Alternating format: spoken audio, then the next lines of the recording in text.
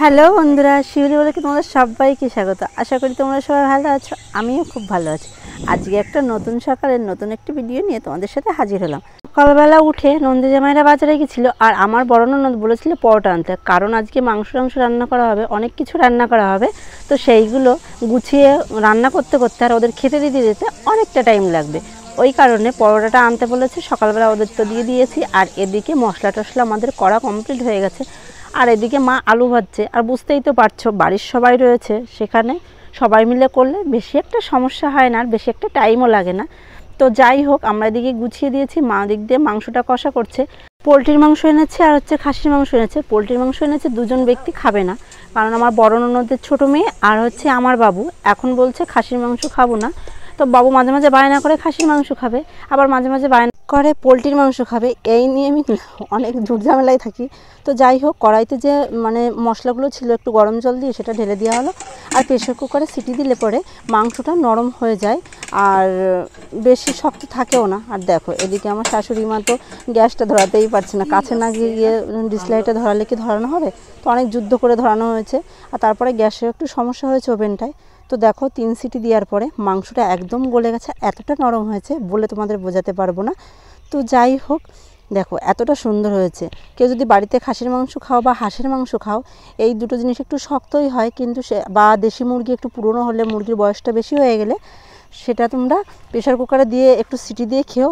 সত্যি বলছি, একদম গ্যারান্টি সহকারে যে কি খুব নরম হয় মাংসটা।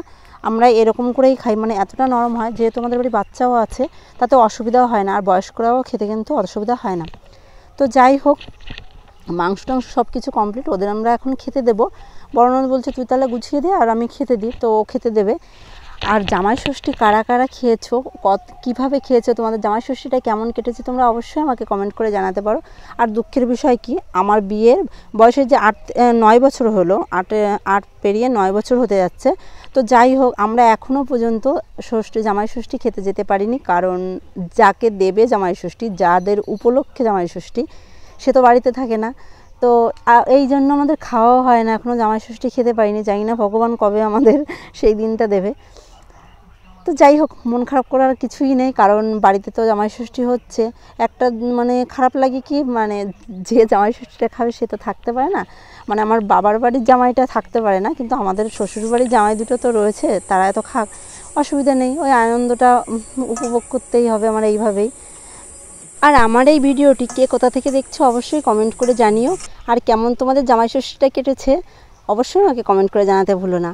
দেখো, আমার একটা ননদ এইভাবে সাজিয়ে দিয়েছে। সত্যি কথা বলতে কি, খুব খুব খুব সুন্দরভাবে সাজিয়েছে ও। আর অনেকগুলো বাটিতে খালি হয়ে গেছে, কারণ আমাকে অনেকক্ষণ আগে থেকে ডাকছিল যে কি বৌদি আসো, ভিডিও করতে হবে।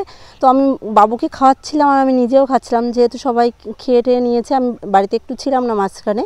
তো তার জন্য আমার খেতে আসতে লেটও হয়েছে, ওই জন্য আর ভিডিও করা প্রথম থেকে হয়নি। তো যাই হোক, যেটুকু পারছি আমি সেইটুকুই ভিডিও করছি, এখনও তো আর সব খাওয়া হয়ে যায়নি। তো যাই হোক, আমার নন্দ জামাইটা লজ্জা পাচ্ছিল।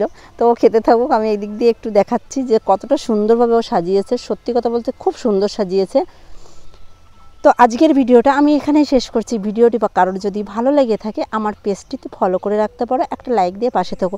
দেখা হবে অন্য কোনো সময় অন্য কোনো ভিডিওতে। ততক্ষণ সবাই সুস্থ থেকো আর ভালো থেকো। আর আমার ইউটিউবে যদি কেউ নতুন কোনো বন্ধু হয়ে থাকো, তো চ্যানেলটি সাবস্ক্রাইব করে দিয়ে পাশে থেকো। টাটা।